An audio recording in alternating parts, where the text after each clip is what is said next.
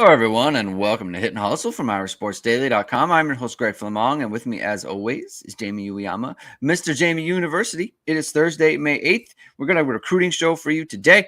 Recruiting is obviously heating up, and they've got announcements coming up from Tiki Hola.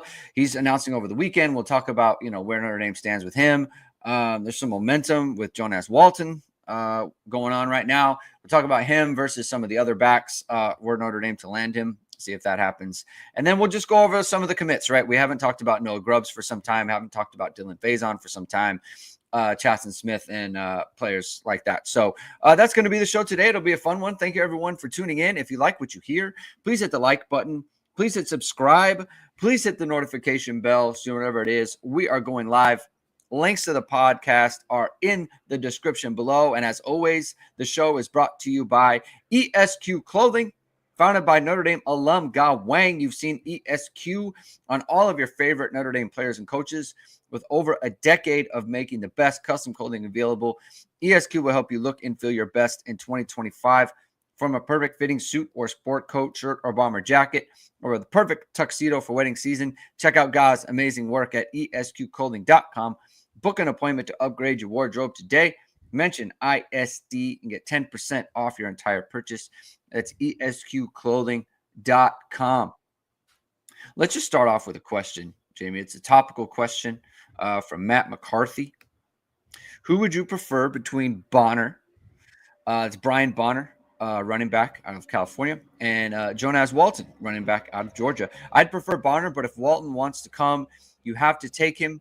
You can't afford to slow play him to wait for Bonner and end up missing on both. Jamie, do you have a preference? I don't know if we've gotten to that, but do you have a preference between them? Well, yeah, we talked about it on Power Hour this week, right? Like where I said I would have probably like slightly prefer Bonner, but to me, it's not like it would never be a thing where you would say like, man, they got to put all their chips in on Bonner and try to get him over Walton. Like I wouldn't say that. And I'm a big fan of Walton as well. Mm-hmm. Right. So I think they're a little bit different. I mean, I guess similar in terms of like, just like these guys can both like, they got real speed.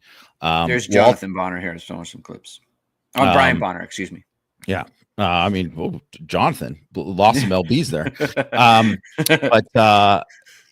Yeah, like I think like I would say, because the guy that I said Bonner is more like a oh god, what do we want? Oh, Nick Singleton. He's kind of like more like that. So I think where he's like maybe not as good of a back, like in terms of just like his natural like kind of feel for it, but he's just got this like incredible, you can just see like he can just pull away. Yeah. And he's got this different kind of speed. And Walton, I think is the 100 is like, I think pretty similar or whatever, right? Like they both run in like the 10-6 range at 100 meters. Yeah. They're both pretty fast guys. Walton's thicker, I'd say, but he takes a little bit longer to kind of get that giddy up a little bit, where I think like Bonner kind of hits it quicker. So I think that's maybe the difference between them, but also like Walton's thicker and he's going to be a guy who's like, I don't know if he's quite going to be Kedron Young, but he's going to be pretty big. I think he's going to be good, like really good size when, once he like adds the weight that he's going to in college. Like he's already a pretty thick kid or whatever. So, I would say like they're a little bit different, but both like, I mean, big time prospects. Yeah, I think Walton has some room for the upper body to get bigger. Just looking at him, right? I think his lower body is pretty well developed. I think the upper body he can work on a little bit, which is normal for a college back or a high school back coming into college.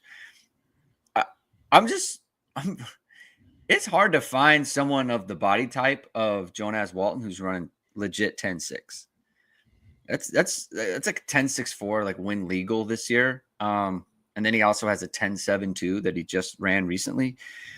It's impressive. Like, especially for like I said, just the body type that he has, to show that kind of long speed. Like I mean, you could have a preference. Here's Jonas Walton here. You could have a preference, I think, if you want, but it's just sometimes players are, hey, they're both good, and you take both of them. It just the preference is just kind of marginal, and it's a pick your own flavor kind of thing. Yeah. There's no world in where you land Jonas Walton in your class. I don't care who else you're after, and it's a disappointing outcome. Like there's no way. Like no. He's a take in every class that that you could have. Like you're never turning him away, and you're never disappointed with his commitment. So I think that to me is kind of the thing is, and I always like to have backs who I can see playing in kind of any situation. Like I think with Bonner, if the it's kind of moot because I think Notre Dame's offensive line is going to be really good. But I think with Bonner, like he kind of needs a good offensive line, similar to Josh Adams in that way, where it's like you better have creases because if not, he's just not that kind of guy where it's like he's going to create his own. Like Javion Osborne is a guy where it's like, hey, and a perfect example of this is like Kyron Williams and why his numbers, while they're not as good as some others, like his 2021 season is just like, man, there's not a lot of backs that Notre Dame's had that could get over 1,000 yards with the offensive line that they had in 2021, you know, where it's like he's got to do a lot on his own. And it's like he doesn't have a clear runway a lot of the time. And I feel like Brian Bonner kind of needs that, right? And when he gets it, he's hitting home runs, you know. But if he's not, it's kind of a slog. Like so we saw with Josh Adams, right? Like he's not a kind of guy who's going to he's going to make people miss. He's not a big jump cut guy. Whereas like Jonas Walton, I feel like he's a little bit more adept at like he can create something out of nothing and make that something like a really big deal. That's kind of how I see it. Curious if you kind of feel similar to that. Well, I just think right now he just it kind of like leads up to what you say. Like he's just Walton is a better running back right now. He's a better running back right now, and I think that Bonner needs to kind of develop more, like physically, and just technically as a back, right? Like I think, you know, that's part of it. It's and also too, like you look at. Gosh, what's his name? He was a guy who went to he ended up going to Oklahoma. Sawchuk, right? That's like a perfect example of like he's like if you watch him, you're like, oh my gosh, he's just got a different gear than everybody else, but he obviously hasn't become that guy. Like Chris Tyree is an example of that too, right? Where it's like he just never even though obviously the guy's incredibly fast, but he needed more help, and that's what he did. So he never like kind of became that guy. And so far, Sawchuk hasn't become that guy. But you always are like tantalized by the idea of like Chris Johnson, you know, and like there's just so many guys who have that. I'm not saying that like Brian Bonner is Chris Johnson in terms of that speed, but I'm just saying like there are guys who have. They're different level of home run hitters. That guys that are like could do it, and I think that's really because although I know I saw Jeremiah Love like really as a back when I just saw some things with him, just in terms of his like ability to run inside and just things a little bit more than some other people when he was a recruit. A lot of people thought he was like one of those guys, right? Where he was like, he's just this or whatever, right? But I think he kind of proved to everybody that he's not. He's a lot more than that. And you can see when a guy, already has that kind of like ability and then he adds the other pieces. It's like, I mean, that's how you get the best back in college football. Yeah. Here's a question from Matt McCarthy on the D-line. Out of the remaining D-line targets, who is the biggest must get? He'd say Noah Clark, because Notre Dame hardly ever gets 320-pound D tackles who is talented and moves as well as he does. Who's on that list for you, Jamie? I mean, I wouldn't say like I wouldn't pick anyone and say like Noah Clark, even though Noah Clark's different because of what Matt McCarthy said, but I wouldn't put him over like Tiki Hola or Al Cervaleo. Um, if I mean, obviously, I don't know how really in it they are with the Alistair Fillet. I know they like him a lot, right? Yeah. But I think like if I'm looking at it from kind of like that perspective, I wouldn't say like one guy is just so much more valuable than the other because my grade isn't like that much higher on any of them. So I wouldn't put it in that way. That I think would be great if they got Noah Clark, but I don't think it's like a make or break thing to get him if they end up with Tiki Hola and Vallejo or whoever, and like that and Elijah Tiki Hola and Elijah Golden and whatever, and that's who that, because Golden's going to play inside, right? Like, yeah, they're going to be good. Like I think the point is right now is that I don't think anyone's a must get because they're not at a point where it's a must get because there are in it for so many people. Maybe that changes if like some guys go off the board, right? Like I think obviously could happen, and I probably happening at corner right now. What's what is your kind of evaluation of Tiki Hola? He's coming up on he's got his announcements coming this weekend. He just Matt Freeman kind of had an update on him on irishsportsdaily.com. I suggest everyone goes and checks that out. He just went on his official visit to SMU. And so I think there's kind of a high that he's on right now from that visit. He already went in home, or SMU already went in home with him, so they can't do that again. Notre Dame is going to be in home this week sometime, like today or tomorrow or sometime in the very, very near future. What is your evaluation on Tiki Hola, and what does he add, right? Like, he's not one of the higher ranked guys that Notre Dame is after on the D line, but I know you don't really concern yourself with that too much, and I know I don't really either. So what's your kind of evaluation on Hola and what he could bring to the class? I mean, I'm higher on him than other places. So yeah. I think like to me, that's why I don't think it's like less to get him or to do it. I also think he's one of these guys who's going to add a lot of weight. So I don't think that where he's at right now is going to be like where he's going to be. He's going to get a lot bigger. He's a beast at the point of attack, man. I think he's got violent hands, and I think that is one of those things that you can get better hands and you can get a better punch, you can develop it, but some guys just have it, and the guys that have it, and if you have that right away, it's like it just changes things, because that is going to get better, and when you already have that is like a weapon. It's an absolute weapon for an interior defensive lineman.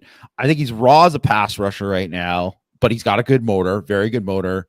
But he's definitely like a 2-down stud type of guy. I think he could be that. And then I also think that he reminds me a lot of Jaden Jackson, who's the Oklahoma interior defensive lineman, who was like a really, really good player as a true freshman, went to IMG Academy, who I thought was like super underrated. I gave him like a 95 grade, which I think was like a lot higher than a lot of other people, but like, and he ended up being like, they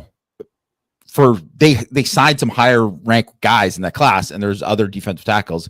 Yeah, he's the guy who's, to me, he was like the best guy on IMG's defensive line. And they had a bunch of dudes there. And I really think that Hola reminds me a lot of him, where like Hola, I think, is going to be a guy who like going to compete right away and be in the mix. Look at his defense running a 3-4, Jamie. You just don't you don't see that very often, right? He's playing edge on the end on a 3-4. That's good stuff. Obviously, SMU, right? They've had a resurgence. And both teams, as noted by Matt, like both schools everyone's an NIL school, but like SMU is a serious NIL school, and so is Notre Dame. Yeah, so Pony Express, man. Look at it's legal now, Jamie. They can they can just driving up that Camaro right to your front door.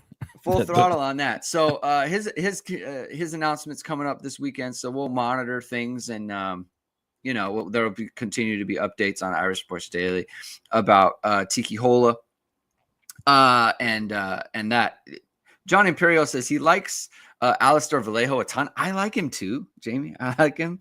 I assume, are you higher on him than other people as well? Is that Yeah, I also think I'm not even sure. Maybe it's changed now, but yeah, I don't think he had a rating from a a lot of rating? people Yeah. before. But I love him. I love him. I think he is. I love his motor. I think he's like, definitely like a guy who can play nose or three tech, but he could definitely play three tech.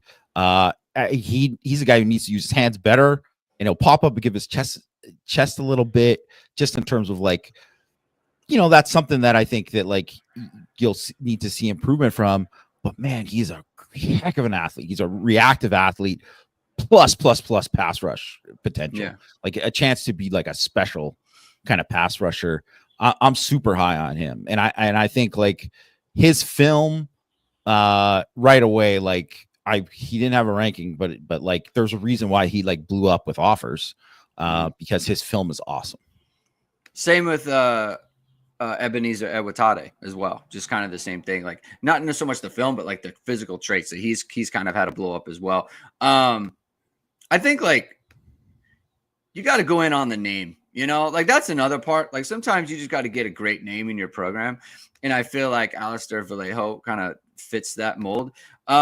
It's interesting. Like because he is a friend of, he's a friend of Tiki Hola, but they're also rivals, right? So they play for, rival high schools in Texas and that sort of thing. What is your read on like where, like, because Notre Dame, this is fairly recent for Notre Dame.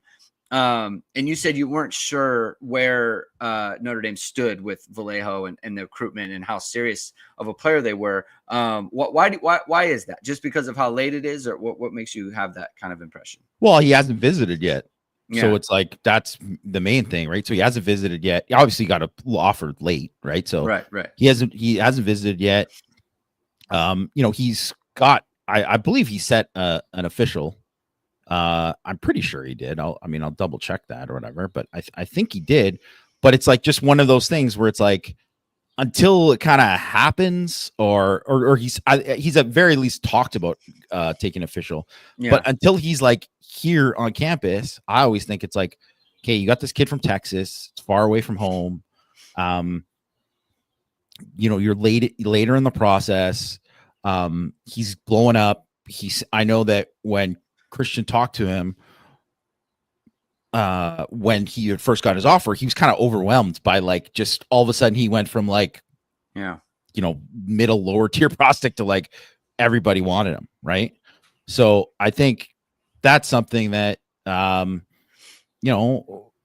it's like things can be volatile, like things can change in a second. Like all of a sudden we can hear like, man, Notre Dame's a real player for him, and then a week later it's like Georgia offered, and there's that. Like it's just you don't know you don't know what the priorities are for the kid when it's just like it's a new thing, and he just hasn't visited yet. And it's like, once he kind of visits, I think that's one of the things too. There were so many of these guys like that this spring, right? Where it was like, well, this guy hasn't been to Notre Dame yet, or he hasn't been in such a long time that you don't know. And then all of a sudden, like they come and then boom. Right. So it's just, I think that's kind of the main thing, right? Is that like, once he's there, then you kind of get an idea right away of like, okay, Notre Dame is a major player, or, hey, Notre Dame's going to land him or whatever, or like, that's not for him.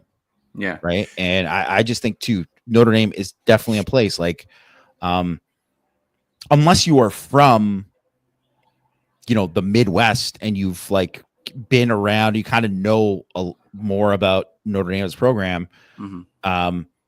It's hard to just pick, just say like, well, Notre Dame is automatically one of my favorites. Like you could say, hey, I understand it's a prestigious offer. I understand they were in the national championship game, whatever, but it's just so different being there. And it's like the whole Lou Holtz cult. Either you like, you kind of understand it once you're there, like, but no explanation would suffice if you didn't get to experience it. Right. Yeah.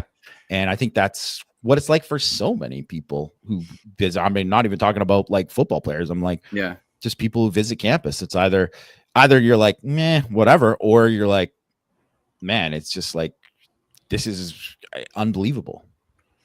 his tape is amazing. Yes, his tape is awesome. There's so many like just various ways that he's winning in different types of plays. Like he's getting double teamed, he splits double teams.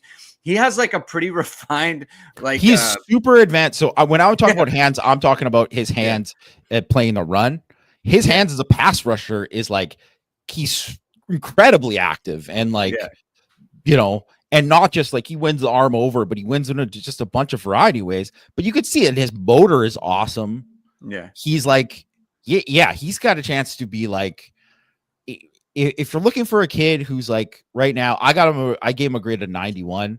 Like that's just kind of like the initial grade I gave him. But like, if you're looking for somebody that maybe comes out of nowhere to be like a top 50 kid, I mean, the film, he might be. Right. And obviously you got to see some of this stuff because some of that testing does matter and it helps. Right.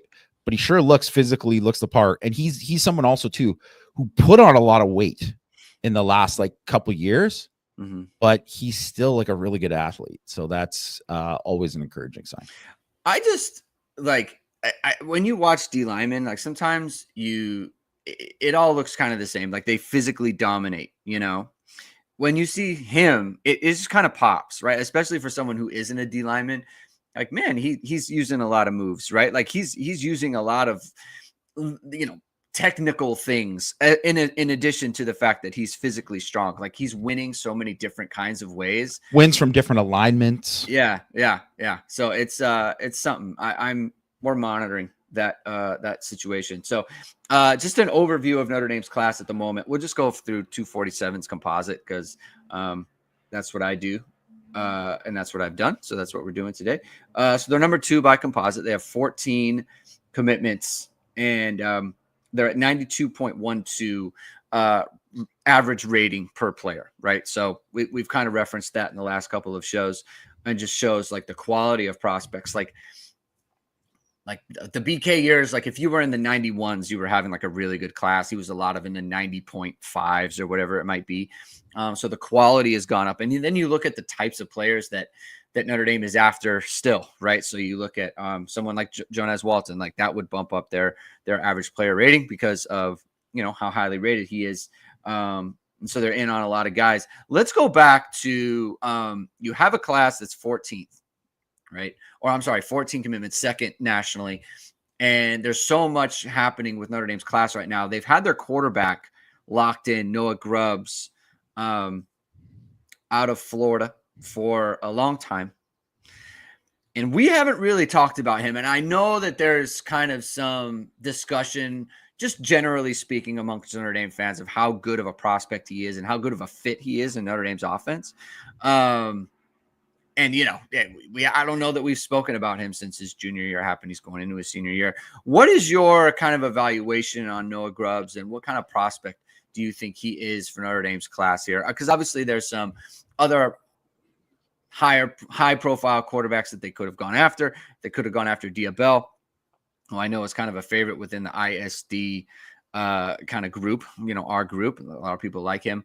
And he's now committed to, I believe, Texas. Is that correct? That I have? Yes, he's committed to Texas now. Notre Dame has Noah Grubbs. What is your evaluation of Noah Grubbs and what you saw from him as a junior? Well, yeah, I mean, I am a big Diabell guy. Because we saw him at like Irish Invasion, and actually before Irish Invasion, he was at like the quarterback eval camp when he was like a freshman, hadn't even played high school football yet. Yeah, and you could just tell like.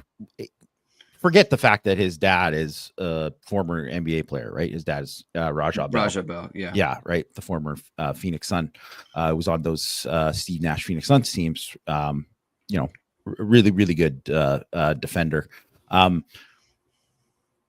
You could just tell, even though he had to grow and whatever, that he had something. The ball came out, the way the ball came out with him, the way he moved. And then obviously too, you watch more film and you're like, this guy's going to be something. And then, hey, guess what? He's a 5-star now. Right. So, but I mean, I don't know. Like I think he wanted Notre Dame. He definitely wanted a Notre Dame offer. They never offered. Right. And, you know, he's going to Texas and too bad for Notre Dame. So, but they, you know, Grubbs was the guy that they kind of prioritized and was like, that was one of their guys. He was like probably like one of 3 guys that they were like really, really wanted. And I think a lot of it was because he had like way more film. Yeah. He had way more film. Like he had played a ton, and he has played a lot. So he's started as a true freshman, same thing as a sophomore, junior. And he's, I don't know what his total number of touchdowns are, but he's thrown 1 million, like he's thrown so many different things. He's got like huge numbers. And obviously he's a guy that, works like every one of these guys. They work with a private quarterback coach. He's got, pretty high profile one in Florida that he works with. He's polished in a lot of ways, just mechanically and stuff, like you can see, like, and he's got like a pretty live arm, right? Mm-hmm. Like I think he's got a really good arm. And I think he's a good prospect. Like he is a good prospect. And I think right now, so I'm looking at it right now, he is the 11th ranked quarterback in the composite, right? He's a 4-star, like top. I have him a grade of 92. He's 174. Essentially, that's whatever, essentially what I would see. He's like a kind of a top 200, top 250 ish kid that I would put him. Yeah. But the reason why I think he's not like considered higher is because he doesn't have some of the other traits that some of these other guys do in terms of like athleticism, just like being able to improvise, like escape the pocket kind of thing. It's like that. Obviously, you're drifting to your left, you make a throw like that. That's a big time play. Yeah, it's a big time play. So I don't want to discount like kind of what he can do, but there's different things in terms of like, there's so much of the game. It's like, he's not a dual threat at all. Like he's not someone that he's going to be involved in the run game. Right. So if he's not involved in the run game, it's like that they literally like, it doesn't fit kind of like what Mike Denbrock has done. And I guess like if someone is so advanced as a passer, like if you're Tom Brady, like, okay, yeah. You don't care if the guy's like, obviously the guy's got like a mind, like a magician. He's got a big time arm. He's obviously mechanically just unbelievably sound, all this kind of stuff. And you could be that guy, but I just look at the NFL draft and look at all the guys who have been, top picks in the last, like, I don't know, 5 years. How many guys are like Noah Grubbs? I don't think any. I don't think there's a single one. There's not a single one in terms of like just a guy who's like a 6'6" pocket guy who doesn't really run. Isn't really like, he's a decent athlete. But he's not like Cam Moore's not really a runner, but he's definitely mobile. Like he escapes and creates a bunch of stuff on his own. Yeah. Like even Burrow, like Isaac K says, Joe Burrow's a way better athlete and was a way better. A lot. It's not even close. Like Isaac K, you can't say Joe Burrow, because if you go back and watch Joe Burrow at LSU and watch some of the ways that he created even watch him in the NFL, he'll still do some of these things where he is able to get things with his legs. And obviously the reason why he is elite, like one of the top quarterbacks in the NFL, is that he, can do that kind of stuff. He can do that kind of stuff in addition to being like, man, the guy is just like ice in his veins with like getting pressure in his face and all that too. And that's what makes Joe Burrow.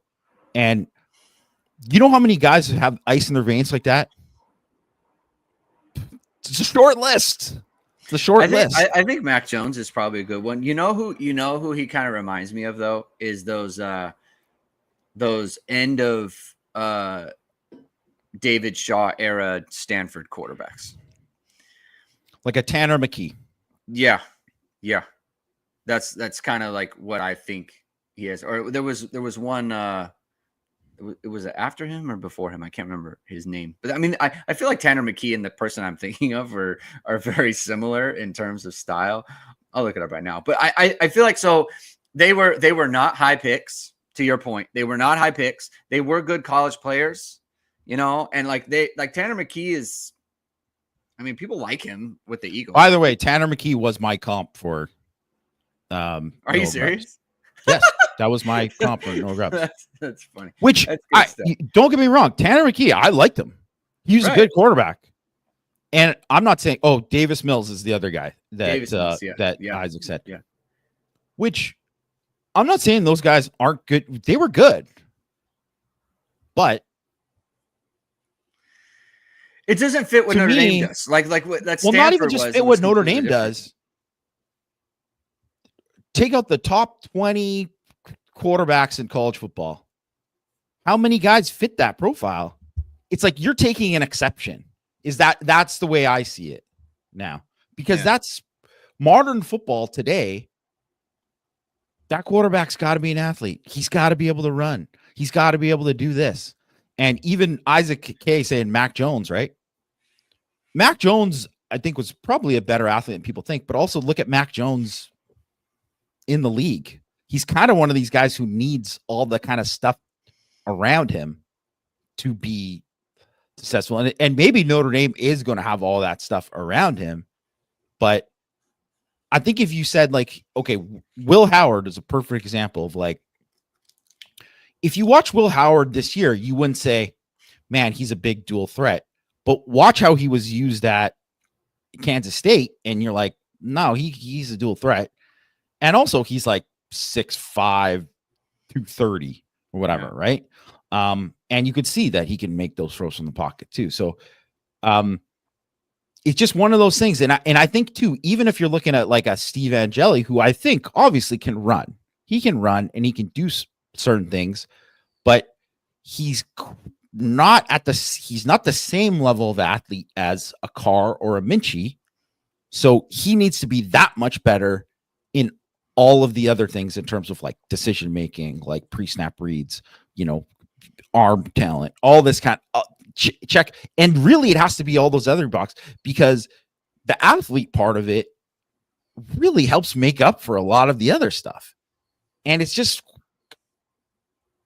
a fact. It's just what it is. So I'm not even saying too that I don't like him. I like him as a quarterback. I think he's a good quarterback. He's obviously been extremely successful as a high school football player, putting up crazy numbers. He's worthy of being, a blue chip, 4-star prospect or whatever. But here's another example. Quinn Ewers. That's Quinn Ewers, who was supposed to be the guy who did this. And man, he's got a cannon and all that kind of stuff. But we'll tell you one thing, Arch Manning is a much better athlete than Quinn Ewers.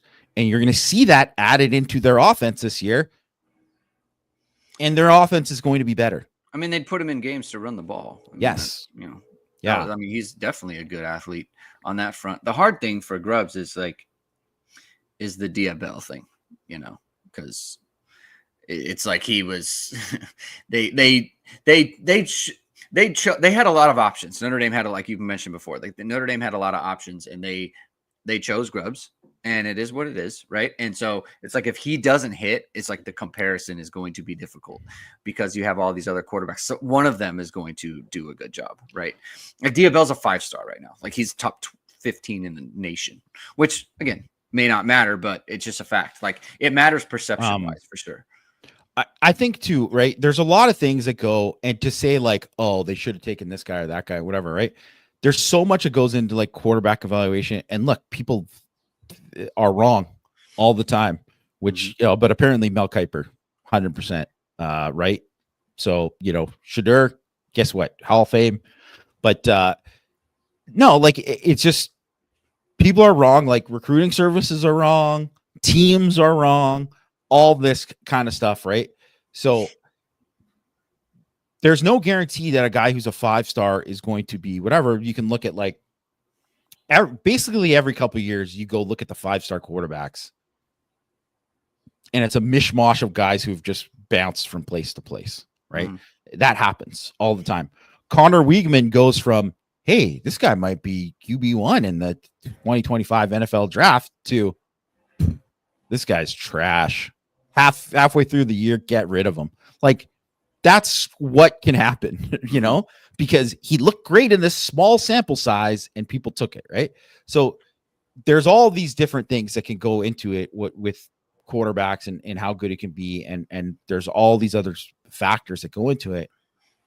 I'm just stating, like, when I'm looking at it, no matter who the quarterback is, and listen, we still don't know how good CJ Carr or Kenny Minchie will be. We got to let it play out.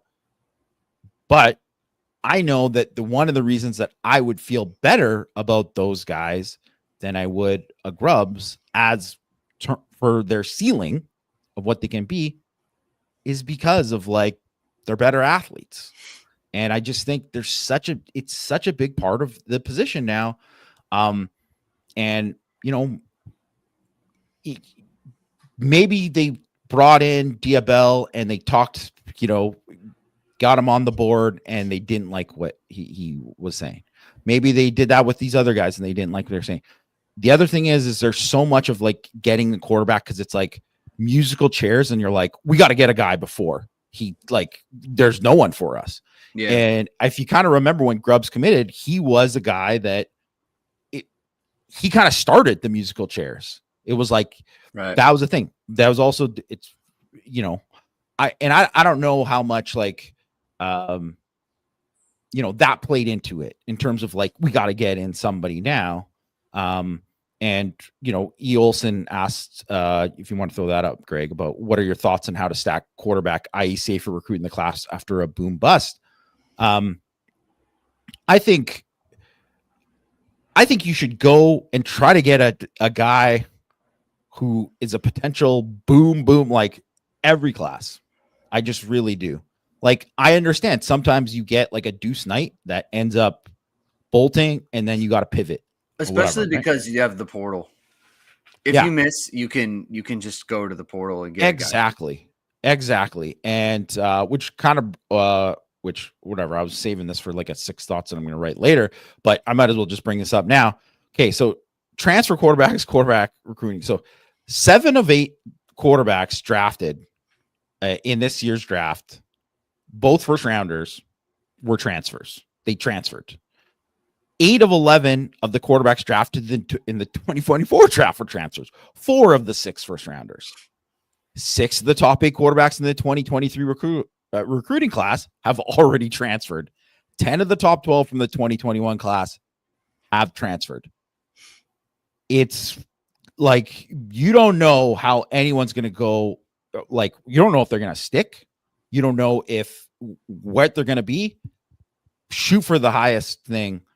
And later on, obviously you got to be attractive enough to get somebody you have to be able to pay whatever. And, whenever this gets set in, which sounds like next year when it's going to be set, there's going to be kind of like a pseudo salary cap. Obviously that's going to change some things. Like Duke's not going to spend $4 million on a quarterback or whatever, right? Like that's going to change with all this kind of stuff. But so you got to have that in your kind of budget to get a quarterback if you're going to do that. And different years have different quarterbacks, but look at, like, if you get a good one and you get the right one, it can, who is already proven playing, like, sometimes you got to roll with that. Like, sometimes you got to roll with that. And obviously Notre Dame has rolled with it 3 out of the last 5 years.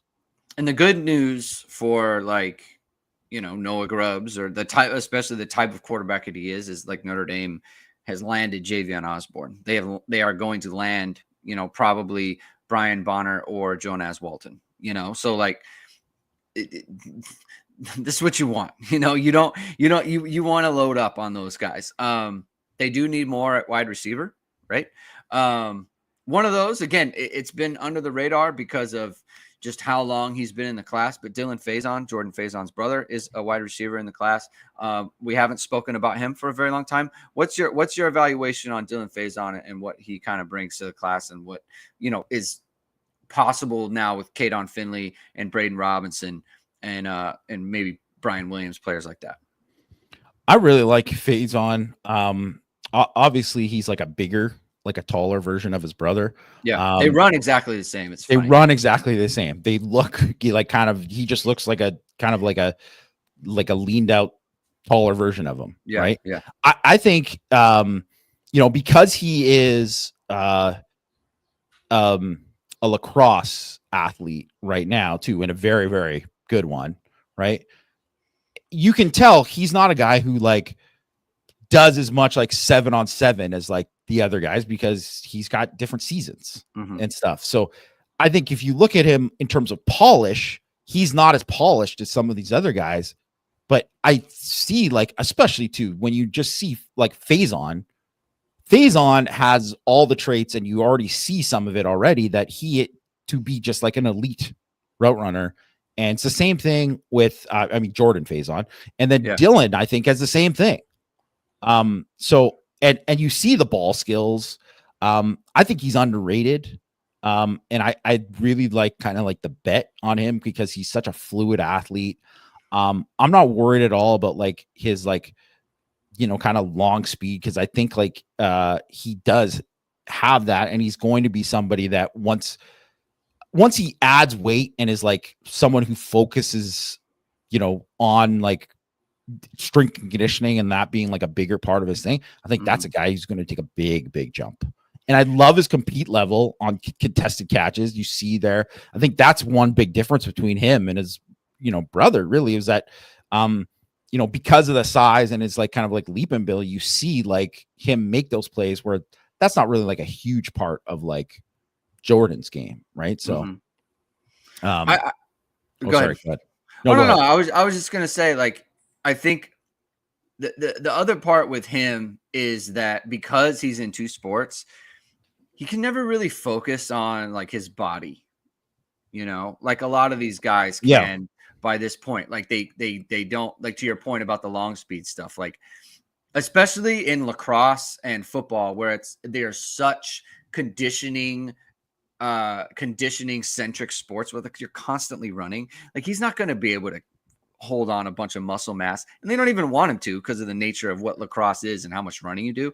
Like, he's not going to be able to hold on to a bunch. Like, if he and I don't know if he's actually going to do this in college, where he's going to do both like his brother does, but like even being in a college level like weight program and a lifting program and a strength program, like Jordan Faison has obviously gotten bigger and stronger, even though he's playing two sports. Like, that's something that I think Dylan Faison needs. Like, and when you look at a lot of multi-sport athletes, I think we kind of overlook the physical transformation and what that means to their overall game that they can go under when they get into like a one sport type situation or into a college level weight training program, where it's like these guys, like, they're just athletes and they're just doing stuff. It's like you said, I like his compete level. It's kind of like the Heinisch thing but at wide receiver, where it's like, get the Heinisch in your program because he's going to do something. Like, when you have your brother who is performing at a certain level for you, and Dylan's a better football prospect coming out of high school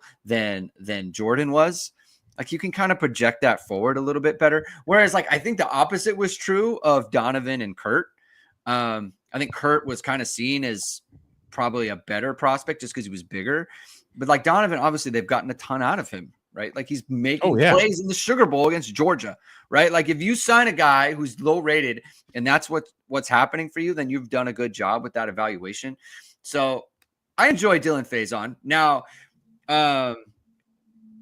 I think they obviously need more at wide receiver, and we talked about that a bunch or you talked about it with Mike on Power Hour. Talked about a bunch of wide receivers. I think Kadon Finley is very, very important to this class, just in terms of, like, if he's your floor in terms of quality of prospect, like, that's the one that you got to have, in my opinion. I think they need to go after Brian Williams. I know they're looking kind of for some more, boundary guys. They offered Larry Fitzgerald's son today. So that's interesting. That'll be something to kind of monitor. Illmatic says, you guys are talking like the kid's a statue. Have you watched his Elite 11 film? He has great mobility. Elite 11 film is, there's no pass rush. You just think, yeah, like it's just different. That's not a thing. Yeah. But it's he's not a total statue. It's not about being like a statue, but there's a difference between being like, oh, hey, I can like run for a first down and be like used in the offense as like a runner, or like I'm a pocket guy. It's funny how like this comes up because like Steve Angeli is probably more mobile than Noah Grubbs is. He is, and definitely is. And what did everyone say about Steve Angeli? He's a statue, yes, right? Like because it's true. Related to what a mobile quarterback is in college football, like that is the reference point, right? And so, as a reference, Noah Grubbs is just not a mobile player. It's not that he doesn't have mobility; it's just that he's not someone you're going to call quarterback draws with. You're not going to call quarterback power. You're not going like zone read. He's not going to be a threat to pull the ball and run. Like it's not that he just stands there. Like I think who's the quarterback from California who's like really tall, like 6'6". He's young. I think he's committed to either Ohio State or Texas. Brady something. Smigel. Brady Smigel. Is it who is he committed to? Is it Brady Hart or Brady Hart? No. He's from California. I believe it's Smigel then. No, he might even be a 2027. I know there's a 2027 in California. It doesn't matter. Either way, the person I'm thinking of is Smigel. It's Smigel. Okay. Newbury Park. Yes, 6'5". Very like that's a statue, right? And I don't think Noah Grubbs is that. But yes, he was definitely the least favorite of the guys that I was. Yeah. Whatever. Yeah. But so it is what it is. The point is he's not going to be a threat with his legs. I think that's the overall point there. And okay, this is I mean, this is a way back thing, but I totally remember this of like Trent Dilfer. Trent Dilfer as a player, when he was on the Bucks, and he was talking about how, he threw 25 touchdowns and 21 of them came within like the framework of the play or whatever, right? And he's like, only 4 didn't. And I want to like increase that, and I want to become a better athlete. But like, Trent Dilfer was who he was. Yeah. You know what I mean? He wasn't going to be dynamic or whatever. And that's kind of the problem, is that like, you kind of have to be dynamic. It's just what it is. And it's not like, so like I said, he's not a bad athlete. He's a decent athlete, but decent doesn't really, like Tanner McKee is a decent athlete. Yeah. And it's just not, it's a different level. It's just what it is. Yeah. Yeah. It's just, it's one thing to be decent at something, but it's another thing for it to be a strength, right? You want all the strengths, Jamie. You don't want to be decent, right? And you can have that with VSR Media for your media company. Nothing is decent. Everything is a strength. Everything is quality. Founded by Notre Dame Football pregame host and Emmy award-winning anchor Vahid Sadrazadeh, VSR Media provides professional and cinematic video and photo. Whether you're looking for a collegiate or pro-level highlight reel, have a personal story to tell, or are aiming to diversify and grow your business, VSR Media specializes in short and long-form video storytelling, social media management, and website design. VSR Media also captures professional headshots, senior, and sports photos. Contact them at vsrmediacompany.com. Mention Irish Sports Daily to receive 20% off your first project. Visit them online or give them a call at 574-800-9106. By the way, the quarterback I was thinking of is Brady Edmonds out of Huntington Beach. He's a 2027. committed to Ohio State. That's what I was thinking. I knew the name was Brady, but I was like, I don't think it's Schmeigel, or Schmeigel. Okay, and sorry, just to bring up one thing too, and I don't mean to I'm not trying to dunk on him, but I want people to have context of what it is. So this is obviously from before. It was at a previous Elite 11. I think it was 2023 or 2024. So I can't remember if it was last year or the year before, but he was there. Grubbs was there. Yeah. They run 40s, they do testing, and he ran a 5.37 40, which was the second slowest time out of all the quarterbacks at that camp. Do I think he's probably faster than he was then? Yeah, I'm sure he's faster now. But you don't go from being a 5.37 to being now he's a 4.7 guy. He's probably not going to be that. 4.9 is probably the ceiling. You know what I mean? For a guy like that. And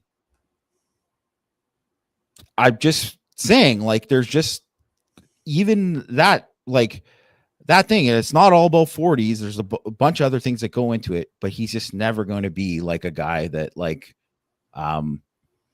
if there's a wide open place that he can run, hey, Jack Plummer could take advantage of that. I'm sure Noah Grubbs could too. But Jack Plummer also isn't going to be a part of your offense as a runner. Yeah. Yeah. It just is what it is. All right, Jamie. Let's do your just top 5 most important recruits from now on, right? The 5 guys in the class that Notre Dame needs. I mean, I think Caden Finley is definitely to me, super important. A super important recruit. I should say, I do like Faison, as we mentioned. Bubba Frazier, I'm a big fan of his. Obviously just ran that blazing, I think it was 10.54. Yeah. 100 meters. Like that. Obviously, I think you still want to see them get 2 guys at receiver. But Caden Finley to me is he's a very, very important guy. I don't want to say lean towards one tight end or the other. So I'm going to kind of cheat here, and I'm going to say Ian Premer or Matt Ludwig. I think that's totally fair. I agree with you. I think that's totally so fair. That would be, one of those guys. They land one of them, they're in my 5. Because those guys I think are big time athletes, big time, huge upside as receivers, after the catch and what they can do. Great athletes. They're the kind of guys who have the potential to develop into extremely high picks in the NFL draft, and it can be difference maker kind of guys. In a way that when you think of the best Notre Dame tight ends, you think hey, these guys could be there. Mm-hmm. I think at defensive tackle, I mean, I don't know, like you said, like we talked about, I don't know where they fit totally, but I'm going to say Alistair Vallejo because I think he's awesome. And I just think that if I'm just going to pick a guy, obviously I really I'm a big fan of T. I have a higher grade on him than Vallejo right now. I have a higher grade with Noah Clark too. I think both those guys are, important guys, all that. Elijah Golden, important guy. But if I'm just going to pick, if I have to just pick one defensive lineman, I'm going to pick him because I think he might have the highest ceiling as a pass rusher, which I think is pretty darn important. And then, so that's 3. I'm going to say Corey Adams, even though I don't know really where they kind of fit, but I just think now too, because it looks like Jordan Thomas is going to come off the board and it's not going to be to Notre Dame,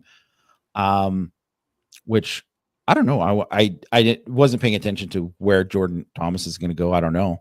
I think it was Ohio State is what I was seeing. They were a finalist. They were big time. Which I mean, obviously, you never want to see Ohio State land a guy like that rather than Notre Dame. But Corey Adams, I love him. I think he's like a total Dallas Golden type, like just same kind of dynamic athlete. Obviously, two-way guy too, but really, really high ceiling as a corner. And then I'm going to throw Joey O'Brien too, who one day, hey, we're trending for Joey O'Brien, and the next day, who knows, whatever, right? No one kind of knows, if whether it's Penn State or Notre Dame, then Oregon's in the mix. Like, we'll see what happens. I think that's someone you're going to play it out to, but you're going to wait as long as possible, because I think he's one of these guys who can be like an elite level safety and maybe an elite level corner too. He's got that kind of potential. So, when I'm just thinking of like kind of the guys that really could be like big time guys at Notre Dame, those would be my guys. O'Brien is the Bobby Taylor for me. That's when I watch him, I think he moves just like that. And it's in a different kind of way than Kyle Hamilton did. So Joey O'Brien is very important to me. I can't disagree with any of those. Real quick, what's your evaluation of Chasen Smith? Been in the class. I like him. I mean, obviously he's another one of those corners from that you look at right away, and it's easy to just like say, well, Mike Mickens likes him and I like him. Yeah. Because Mike Mickens is like rarely wrong. He's got a pretty good hit rate. But I really just I think he's long.